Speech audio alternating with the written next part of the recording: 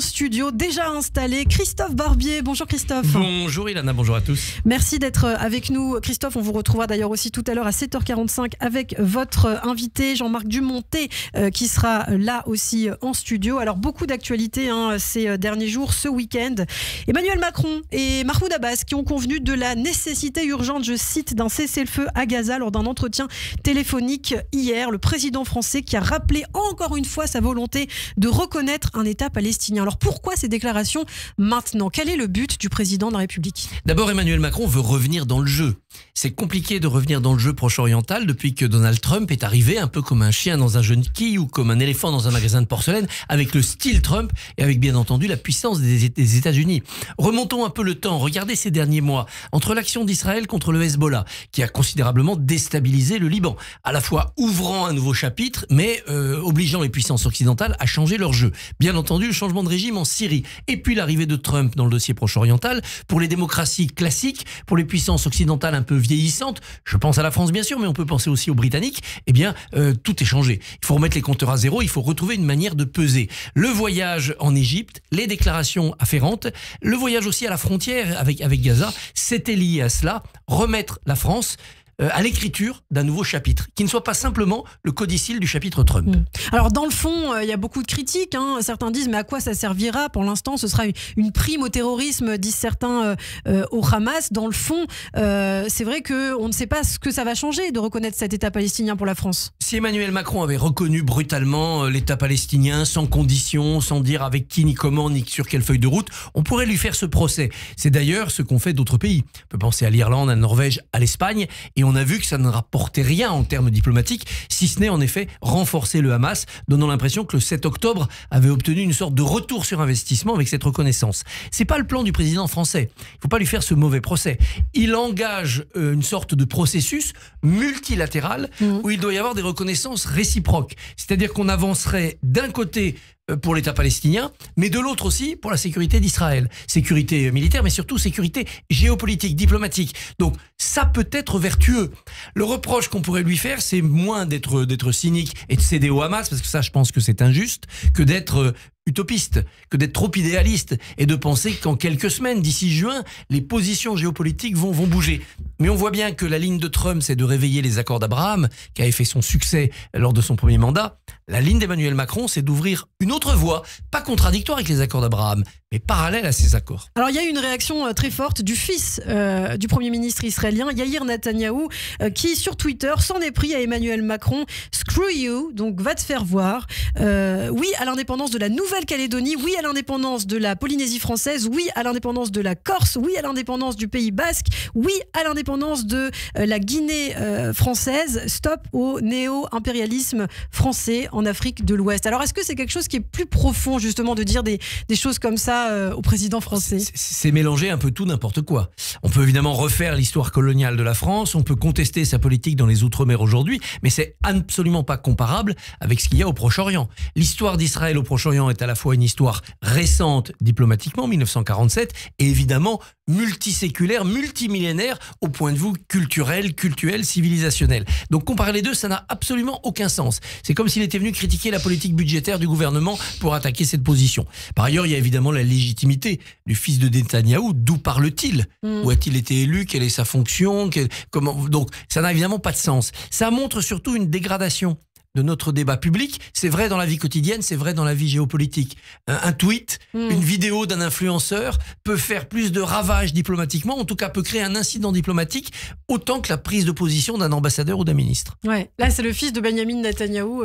Bon. Oui, mais être le fils de, ça ne donne ni un surcroît de malédiction, ni un surcroît d'avantage. Alors le reste de l'actualité aussi, c'est important, et toujours un petit peu finalement sur la scène internationale pour la France. C'est l'Algérie qui a demandé à 12 agents de l'ambassade de France de quitter son territoire sous 48 heures, et Paris qui s'est dit prêt à riposter. Alors on avait l'impression que ça s'était un petit peu arrangé ces derniers jours, finalement non. Non, accident de parcours. Ça montre une chose, ça montre que la justice française est indépendante. Il y a quelques décennies, il y aurait eu un coup de fil pour qu'on n'arrête pas ces responsables du consulat algérien pour pas créer un incident diplomatique. Là, la justice a suivi son cours, mais il y a un dommage collatéral, c'est qu'en effet, la version douce de la relation avec l'Algérie, amorcée par Emmanuel Macron et Jean-Noël Barrot, soir ou il y a une grosse semaine, eh bien, est déjà une roue dans le caniveau. Est-ce qu'on va en revenir au bras de fer agressif, à la voie Retailleau, si j'ose dire? C'est pas évident. D'abord, Bruno Retailleau était en visite à Rabat, au Maroc. Il n'a pas fait de déclaration contre l'Algérie, on l'a pas entendu. C'est pas son domaine. Ça regarde le ministère de la Justice et le ministère des Affaires étrangères. Il n'est pas venu empiéter sur le territoire de ses collègues. Deuxièmement, la raison pour laquelle ça s'était calmé entre la France et l'Algérie n'est pas une raison superficielle. C'est pas simplement qu'ils s'étaient dit bon allez maintenant ça suffit, on siffle la fin de la récréation. C'est que et Macron et Tebboune ont compris que ça ne menait à rien et que les deux pays seraient perdants et qu'il fallait reprendre le débat au fond des choses. Donc je pense que passé les échanges diplomatiques et les amabilités d'usage, je pense qu'on va pouvoir reprendre cette ligne de négociation plus douce. En tout cas, c'est ma vision optimiste des choses. Ouais. Ça ne règle rien sur le fond. En termes d'OQTF, de laissez-passer consulaire, de problèmes d'immigration, d'autres problèmes. Entre l'Algérie et la France, ça va quand même mal. Donald Trump, lui, alors on revient aussi au droit de douane, finalement, avec ces messages contradictoires du président américain tout au long de la semaine par rapport au monde extérieur, par rapport aux pays étrangers. Donald Trump qui avertit qu'aucun pays n'est tiré d'affaire et surtout pas la Chine.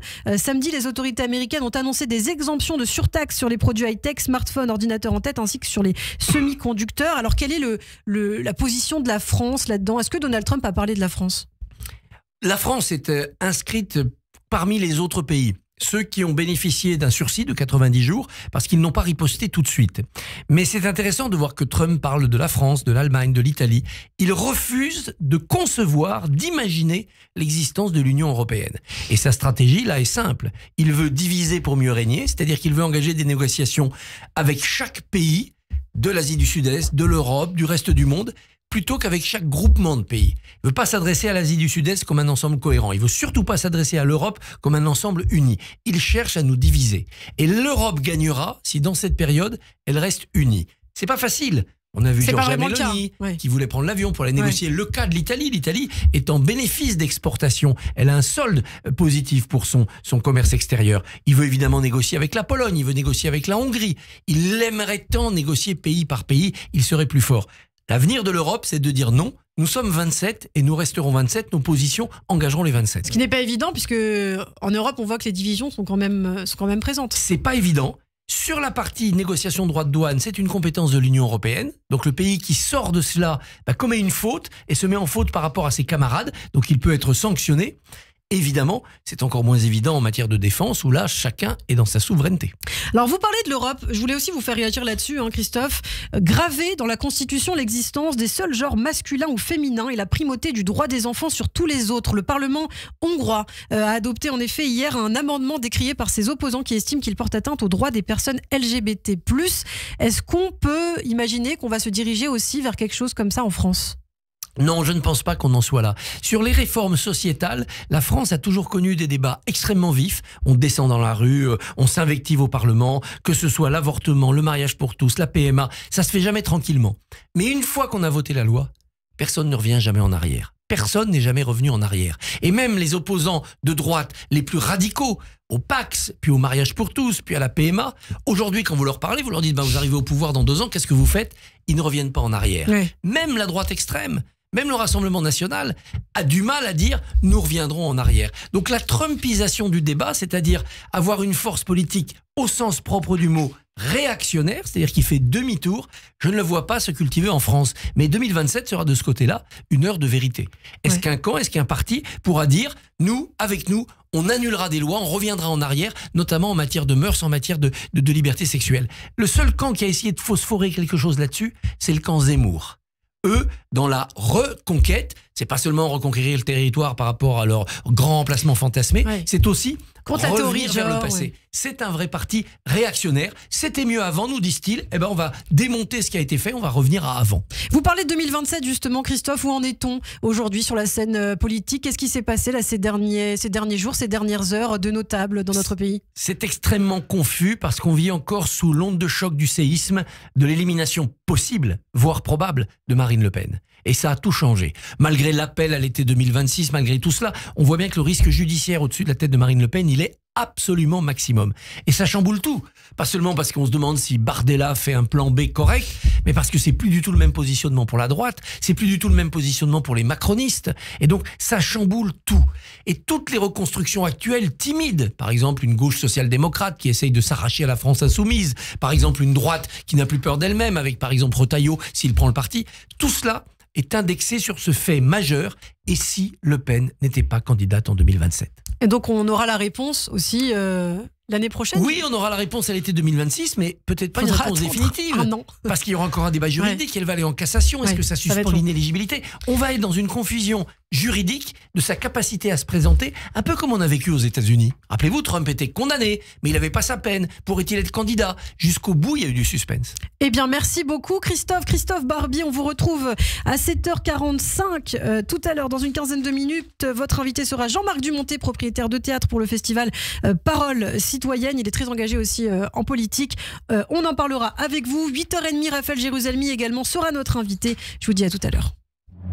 Radio J, le 6-9, Ilana Ferradian.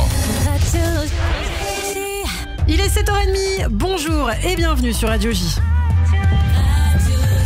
Merci de votre écoute et de votre fidélité. Comme chaque matin, nous sommes en direct jusqu'à 9h ce mardi 15 avril 2025. 557e jour de guerre et toujours 59 otages à Gaza. Le direct de Jérusalem vous est offert par le Keren Hayesod. Depuis plus de 100 ans, le Keren Hayesod soutient les plus fragiles en Israël. Keren-hayesod.fr. Et en Israël, nous retrouvons à Jérusalem notre correspondant Daniel Haïk pour la revue de la presse israélienne.